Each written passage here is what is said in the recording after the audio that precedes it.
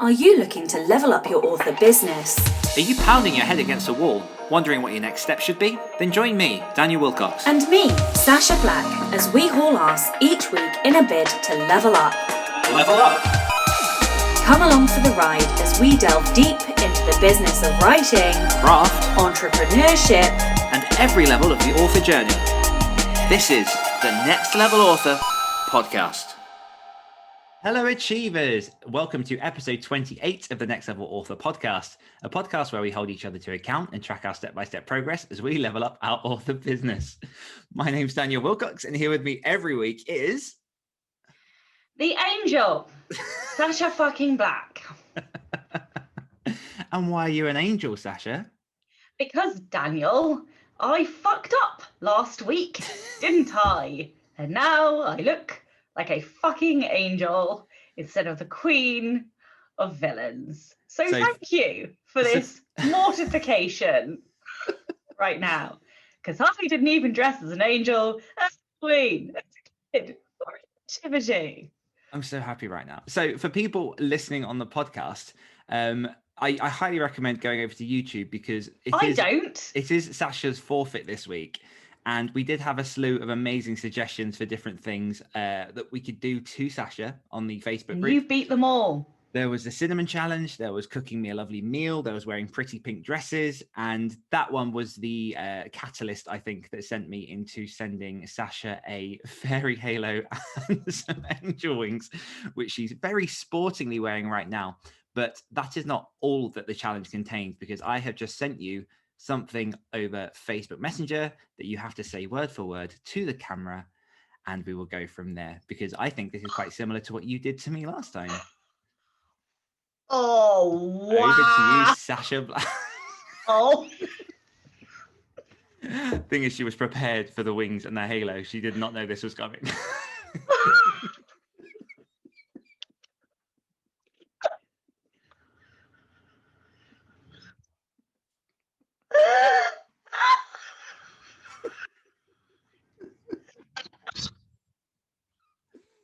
I so hope this is someone's first episode that they are listening to us.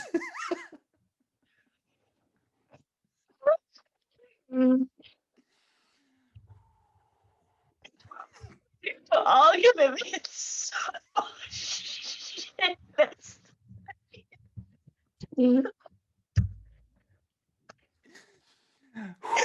Oh, why am I getting warm? You've got to read it. Yeah, that's the first time I've properly made you cry. Oh my god. I've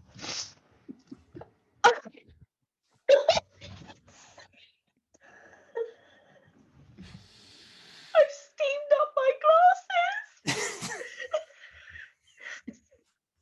Oh my god, everyone's got to hear me sniffling because I'm laughing so hard. I'm like crying. I've got tear all over my glasses. Also, on a professional podcast, someone would likely condense all of that laughter into just like a few seconds, but I'm leaving every second of this. No, you are actually the poor listeners.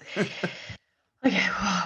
Oh, I feel disgusting. I feel absolutely revolting having to say this. Oh my god, this is horrible. This is so evil. Okay. Oh my god, I don't want to do it. Okay. I hate you so much right now. I'm a pretty pink princess. Me. Yes, me.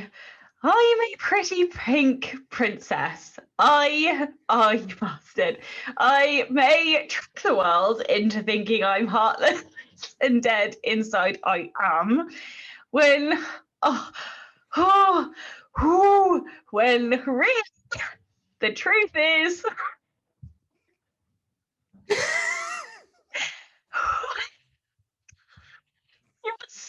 dead next. Really, the truth is I vomit. You muted yourself. No, I didn't. Chris literally stops that at the exact time that you started saying that. So I'm sorry, you're going to have to say it again. You fucker. Where did you get to? You might as well. I won't say start again. Go back like 5 words. When really the truth is, I vomit rainbows and shit cupcakes. Hug me. Ugh. When you next see me, I won't bite. I will. I can promise you I will bite. That was not in the text. I'll cover you in fairy love and glitter. That's right, me, the pretty pink princess. Also,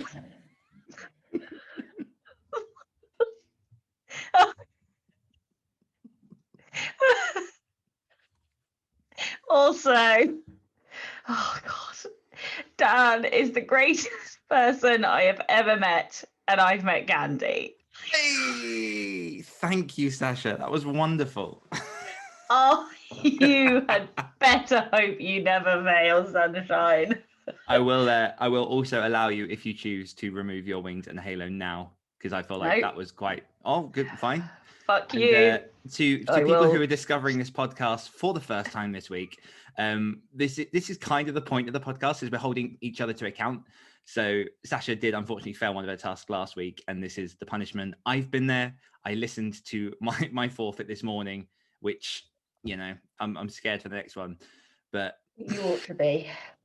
Hey, so now that that's out the way, where do we? Oh, so what's? No, let's check in. How are you? How's your week been? Oh well, yeah, my week's been amazing. It really hasn't. It's been the worst week ever. I will warn anyone listening to this episode. This is going to be a clusterfuckery of fun. Okay, so I've had basically the worst week I've ever had. It's been really long, really hard work-wise. There's a lot of personal shit going on. And then today, my son got sent home from school because somebody in his year group has got COVID. Awesome. So now he's off school for 10 days, another 10 days. And he's only been at school for 3 weeks. So yeah, that's awesome. But hey, I'll try and be positive, and I got my course finished. I did launch my course this week. So if any of y'all listening would like to write better prose, would like to have more sensory descriptions, characterization, then I have a course that you would be interested in. So yeah, you should check it out, and we will put the link in the show notes. Definitely, 100% recommend checking that out. I've had a behind the scenes glimpse, and it's from what I've seen, it's stellar. So it's you, so you'll do fantastic. Yeah, it's this week. I don't know. This week just seems sort of all out of sorts, and I don't know if it's like that the world's going like darker and being like taking longer to turn to light in the morning, or like whatever the hell else is going on. It just seems to be a really, really funny week in general. Like, yeah, I mean, my week has been I don't even know. I've had one of those weeks where it's just all gone by in a blur. And I think that's because I'm like verging on the edge of exhaustion again. So I'm sort of deliberately, particularly after we end this conversation, I'm just closing my computer. I blocked the entire day off tomorrow. I've got my sister coming up for her birthday. I'm probably not going to touch my computer again until Sunday. That's a hell of a breakdown. But I have spent... Wait, you mean Sunday coming or next Sunday? Because Sunday coming. So you're going to have like a whole day off. A whole day off, and it's going to be glorious. Oh, yeah. The way that you said that, I genuinely thought that you meant like a whole week off. And then you were like, oh yeah, this Sunday. And I'm like, dude, that's a day. You're having one day off. I've created an entire production thing today, because obviously people that have listened to the last few weeks know that I've got like a production schedule. And what I've done is I've created like a proper spreadsheet that's got like word count trackers, like everything. So I can basically see everything I have to do day by day for the end of the year, which I'm very much looking forward to. And I've got into a position where I'm going to start cutting down on certain things again, because as per every few weeks, it's all stacked up, and I'm going to breathe it back down because it is just too much to manage. And I want to be able to do a few things very well, as opposed to lots of things semi-decently.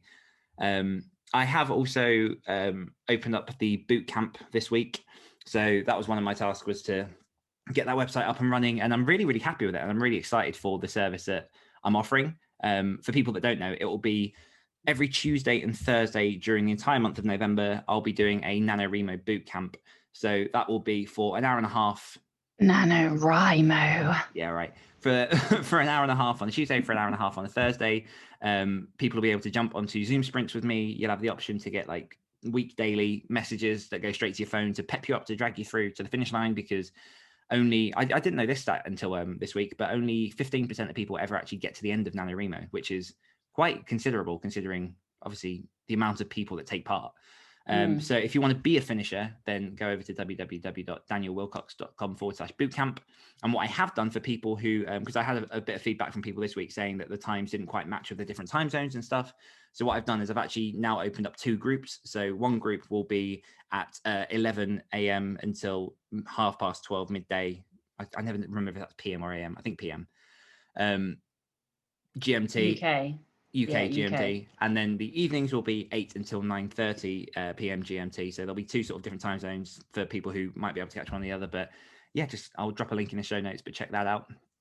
And I did also just want to take a second to to do a podcast memoriam, because over the past few months, quite a few podcasts I listen to fairly regularly have dropped off the radar for various reasons that are obviously completely by the host choices and things have happened. Is it because their co-hosts are bastards that make them look like fucking angels when they're supposed to be, you know, symbols of villainy? Probably not, because this just makes you love me more deep down.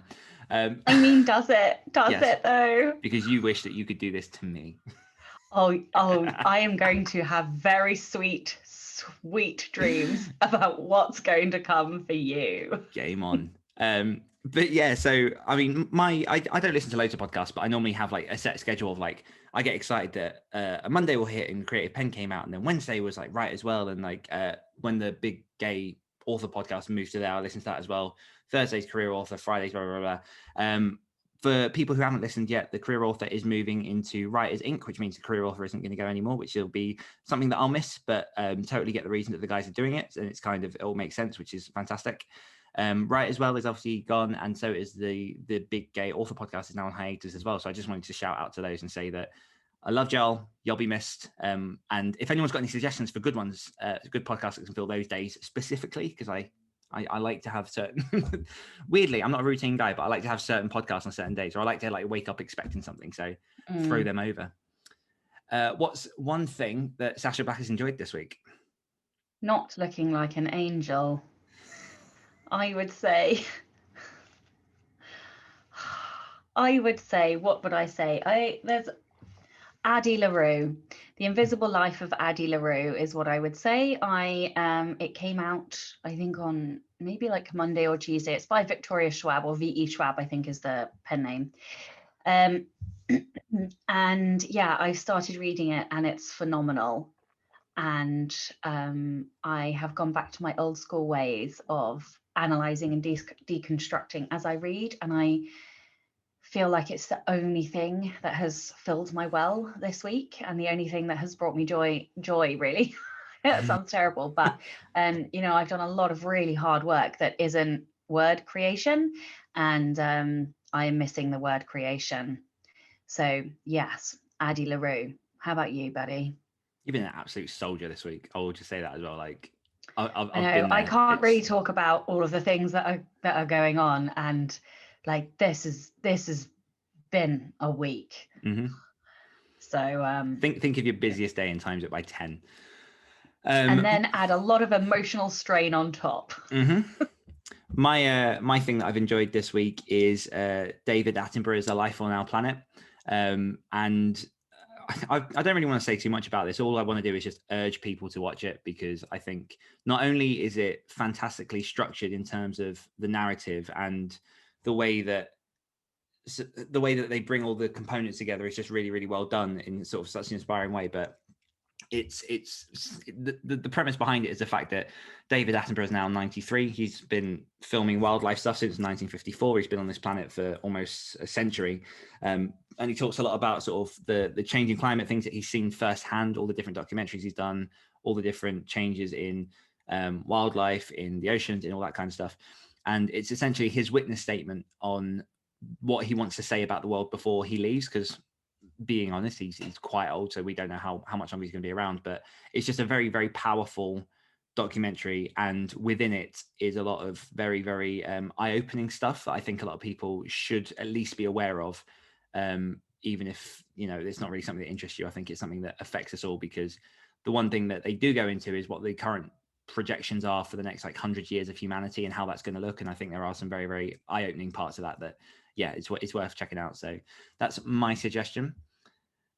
Weekly confessional. Sasha will have completed her course webinar and will have soft launched the Anatomy of Prose course. Yep, done both of those, you bastard. So no forfeit for me next week. And I've sort of half started the process of hard launching as well.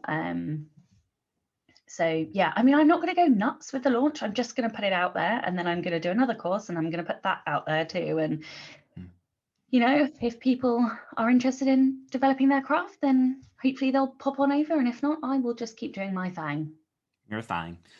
Mine was to have the Other Side anthology queued and ready to publish, be carrying on with When Winter Comes 6, and have my bootcamp website live.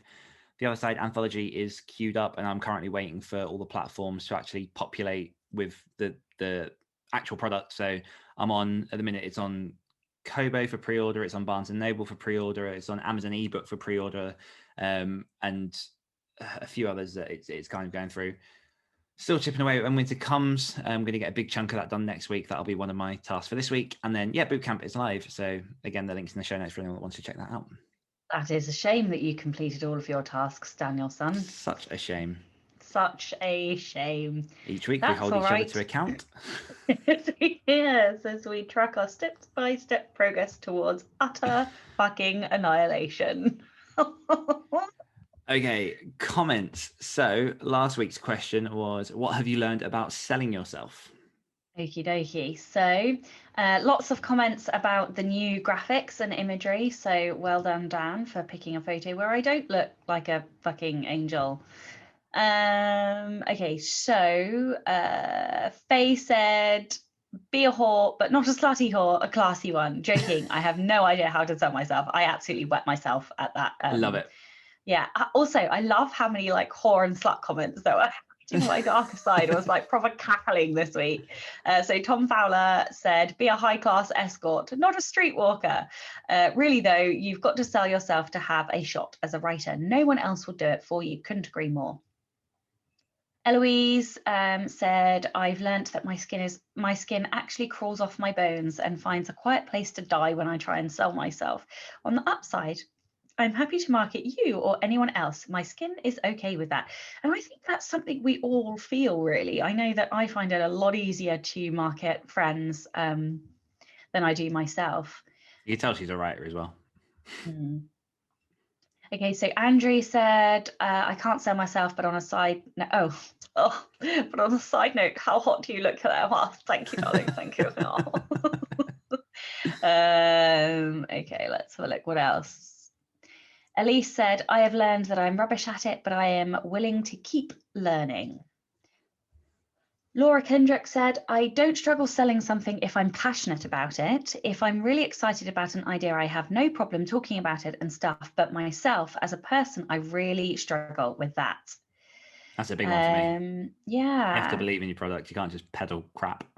Exactly. Meg Jolly said, reselling yourself, I hate that. Have figured out how to do it with books, but me in person / selling me feels terrifying. It feels so icky to talk oneself up, like I'm an expert at what I do, but I suck at shouting about it, even to get legitimate business. It feels so arrogant. I need to get better at it. Amy Sund said that it is hard for someone who suffers from imposter syndrome and perfectionism, but I know that they are beasts that can be overcome with the right support and positive attitude. I try harder every day. And last comment then, Victoria LK Williams said, the best thing I have ever learned was be true to who you are. Let people see the real you and be honest, not apologetic about what you stand for, even totally rebel pics like Sashas above. Nice. Awesome. Question time. I will say thank you to everyone who has commented, because I am so, yeah, and I will hands up and apologize for not replying to anyone's comment this week. I also have not replied to any comments in my Facebook group. I wish I could tell you guys what's going on, but I can't, and I'm sorry, it's been a week. I had to take a step back to keep my sanity intact. I will be back next week, probably. Beautiful. So this week's question, following that note, is going to be interesting, and you'll be pleased that I think this is probably one of the nicest questions I could give you ever. He says, setting up to tear off your skin. So this week's question is, what are your strengths? Oh, you bastard. How is that a nice question? You know, because we've done really nothing struggle. but talk about this week. No. Okay. So you mean in terms of Becca's time, because that's completely different. Yes. Why? Oh, because if you were going to ask me what my personal strengths are, like what I think I'm good at, I couldn't answer that. I would but surely really that struggle. fits into. Oh no, a survey told me. No, a survey told me, so I could just tell you what they are. That's fine. Okay, I'm with you.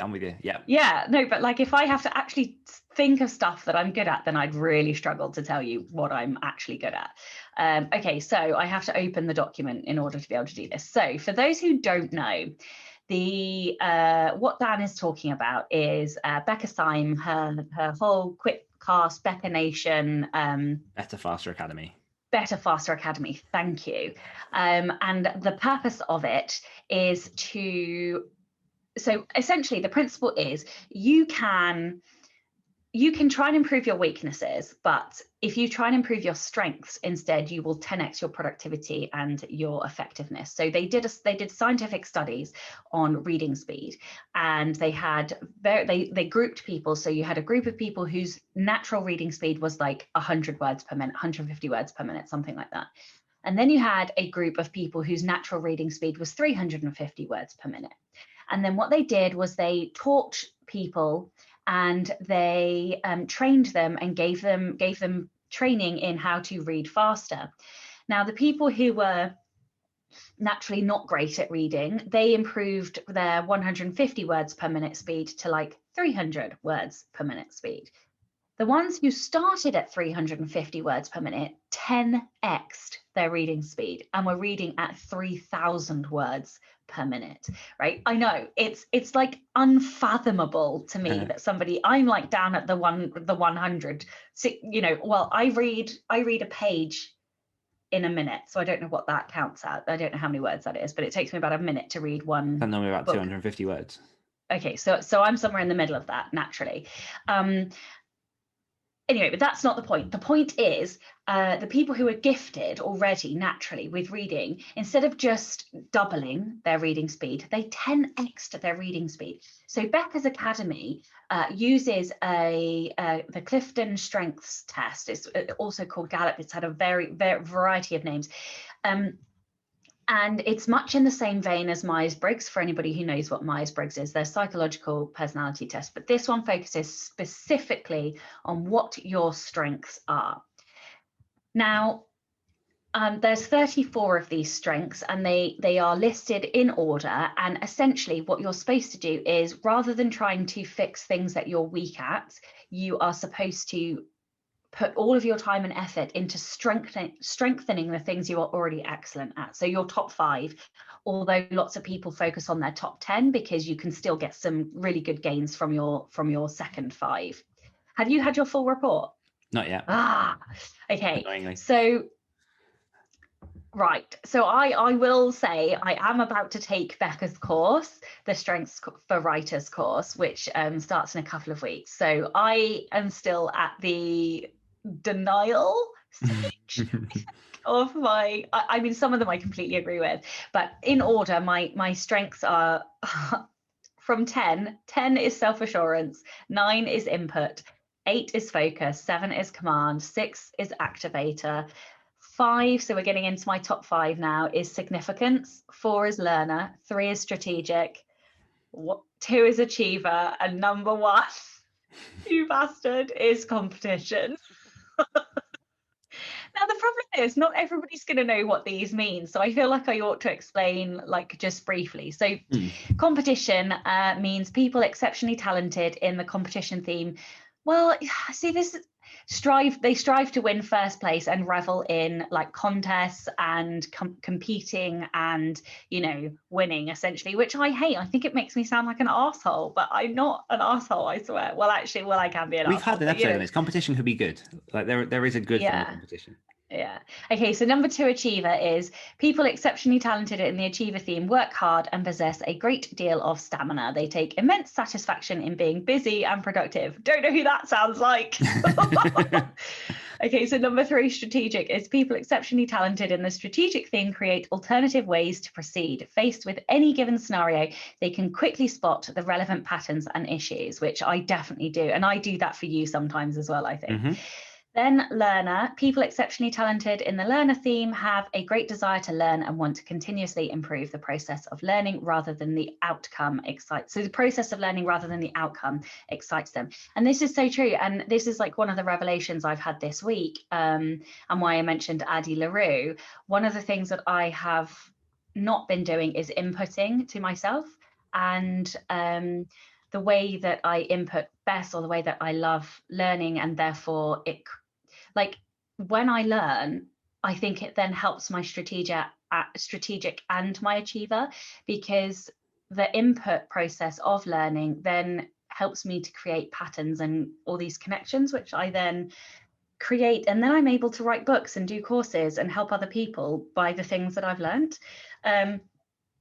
So already, even though I haven't taken the course yet, I feel like I am, you know, learning stuff about myself and going to be able to put it more into words, like practice.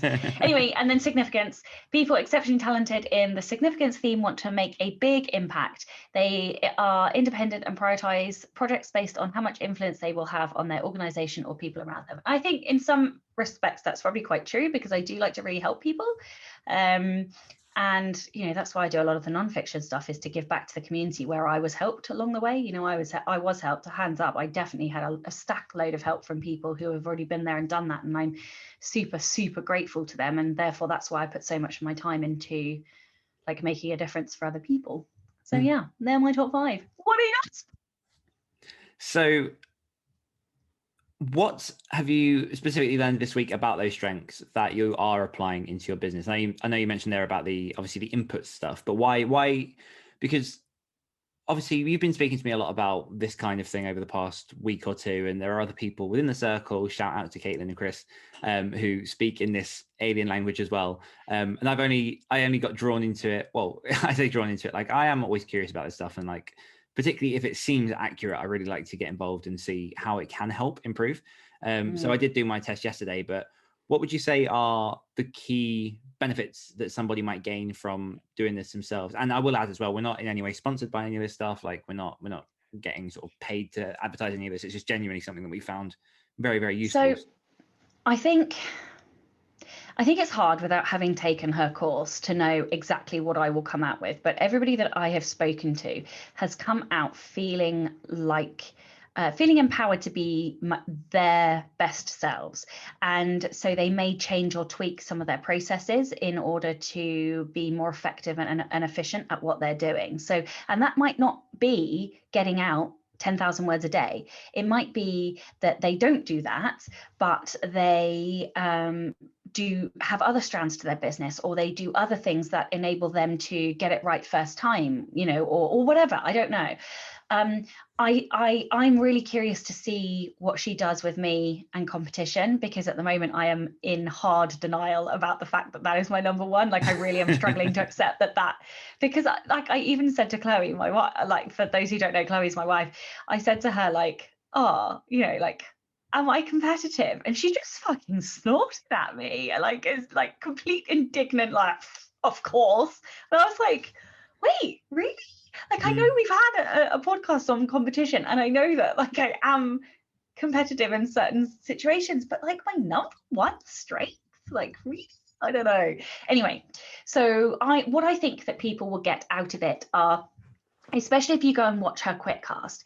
So in her quitcast, she interviews writers with like each episode, well, each episode's on a specific topic, but she's taking each one of the 34 strengths in turn and getting writers who either have it in their top 5 to come on and talk about how that strength impacts their life, or like what processes they've put in place in order to help it.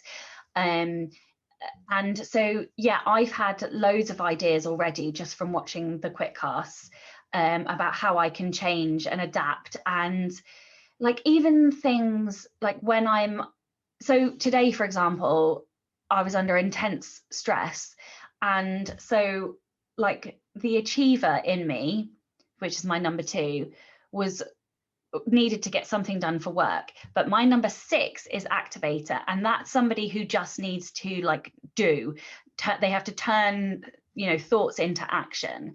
And so I had to clean my house. I just had to clean because I had to be physically doing something that I could achieve. I knew I was going to get it done and it was going to have an effect, and so I let myself do that because I knew that those strengths in me, that's what they needed when I was under stress, and it really helped.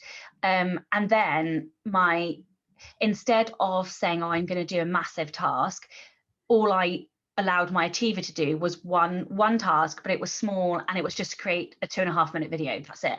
And I got it done. And so I felt at the end of the day, I could, given the clusterfuckery of today, I could have really got to the end of the day and been like, I got nothing done. It was a shit day. I let it go to the shit. Great English there, Sasha. But I didn't. And I had a conversation with Caitlin and Chris, and and some of this was generated by them, like because they had further down this line, generating suggestions about how I can make things work for those strengths. And as soon as they started talking about the things that I could do that were in relation to those strengths, I instantly felt better, because that's how I work. And therefore it made me better, and it pulled me out of a potential hole. So I think there is a lot that people can get from this, and I'm really excited to like take the course, and I'm in no way affiliated with it. I'm just there's power in knowing yourself. Exactly. So mine, like I say, I did mine yesterday, and I was mostly curious because I feel like I did this years ago, as part of when I used to be in my old day job, but it in no way reflects my results. In no way reflected what I'm pretty sure I had back then, because I am aware of my own personal journey, and I know that particularly the last few years that how I see things has changed. Like one major change in my life is like I now live alone, so I know that affects like a lot of things that happen. But my top 5, going from 5 to 1, number 5 was positivity, which I don't understand. I'm a miserable bastard. Oh, shut up. You are like the most positive person ever. You do not allow me to be negative ever. So I'll read a little bit as I go through. A few of them are similar to yours as well, so I won't reread those. But positivity, people talented in this team have contagious enthusiasm. They are upbeat and can get others excited about what they are going to do. Number 4 was input, so similarly to Sasha. Number 3 was learner. Did you say you had learner in your top 10? So learner's at my number 4, input's my number 9. Okay, so so we've both got the same of those, but mine are a bit higher. So yeah, input is a need to collect and archive, accumulate information, ideas, artifacts, or even relationships. Yes, and learner is the process of, which is my number 3. Achiever is number 2, same as you, and then number 1 is individualization. So people with individualization are intrigued with the unique qualities of each person. They have a gift for figuring out how different people can work together productively. And I will say that I do, to be fair, I don't have my full list, so I haven't seen all of the others, but I feel like that's a fairly accurate representation of me, particularly the last few years, because I found I have got very, insular is the wrong word. I've got very, very thoughtful about things. And I am the person in my family that a lot of my family come to and basically ask me questions because they know that I'm going to give like just an objective opinion based off of things that I've seen that isn't really clouded by like sort of all of the stigma and all drama that's sort of going on, like normally about family problems and whatnot. But I love to people watch. I obviously like to achieve, because that's the whole point of podcasts like this. This is what we do. I have found the last few years that I particularly like, I'd much rather spend the evening watching like a documentary now than I would like a TV series. I think since I got stepped up in all my old day job and just getting into self-development stuff, I've just loved the process of like learning and seeing what more I could do to make the best out of me and stuff. And obviously, I think positivity kind of is a self-explanatory. And I will add that in my head, when you're like, "Oh, you never let me be unhappy," I feel like that's a negative thing, because like the irony of that. But it's like, you are allowed to be unhappy. That's absolutely fine. I just try and like pick up where I can. Oh my god, that is like hashtag positivity. That is so funny. Oh my god. But the embodiment of positivity. Yeah, but the point of this is like we did a little episode on what are our marketing strengths and how can we double down on those, because sometimes it is easier to dig, it's deeper and narrower than it is to go wide and shallow with stuff. And I definitely 100% believe in all those approaches. And I think there's so much more power in knowing what your strengths are rather than trying to like pick up all your weaknesses, and if you can capitalize on those. And I will add as well something that you said as well, which I've not announced publicly yet, but I don't see any reason why I'm not like speaking about at this point, because the whole point of this podcast is transparency. It's something that's going to come down the line anyway. But one thing that I'm definitely got on like the horizon very, very close is that I'm going to become a coach for writers. So all of these sort of strengths in that very much relay into those particular traits and the reasons why I want to start getting into that space. Is because you are naturally gifted at coaching people. I'm going to use that as a testimonial. Yeah. But yeah, I mean, you so quickly get to know people and understand like their differences and what makes them tick. And it's very annoying. You know stuff that I don't know that I know before I know it. Like, you know what I'm gonna like. It's sometimes you know what I'm thinking before I even think, and it's very annoying that people know me like that. It's super frustrating. Like, but that's why you know. Like there's an angel on your shoulder. You are. I ruined it. That is such a low blow. Such a fucking low blow. And I didn't think that's it. Have you ever worn a mankini?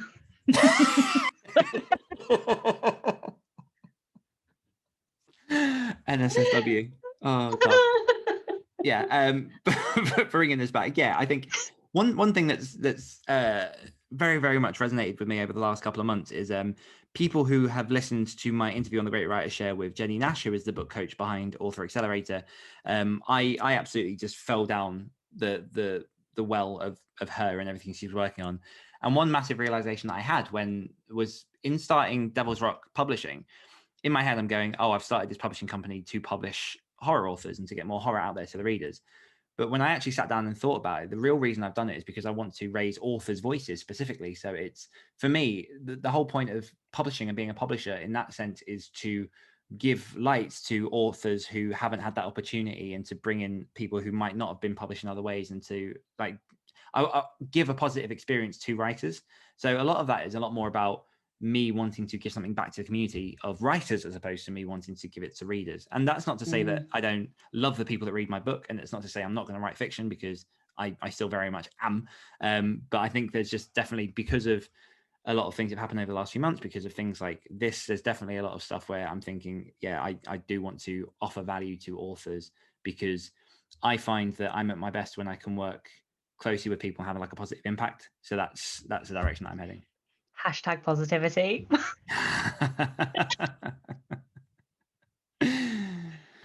Yeah. Okay, so here's the thing. I think we should come back to this in 6 months' time, because I will have completed the course, and so I will be implementing this into my life and trying to be more effective and efficient. And hopefully I will have come to terms with the fact that I'm a competitive bitch. And you will have launched your coaching business and hopefully done lots of like self-development on the coaching side. And so I think this should be a episode that we come back to and look at where we are. Oh, I'm going to come back to this every day. You, sir, are a prick.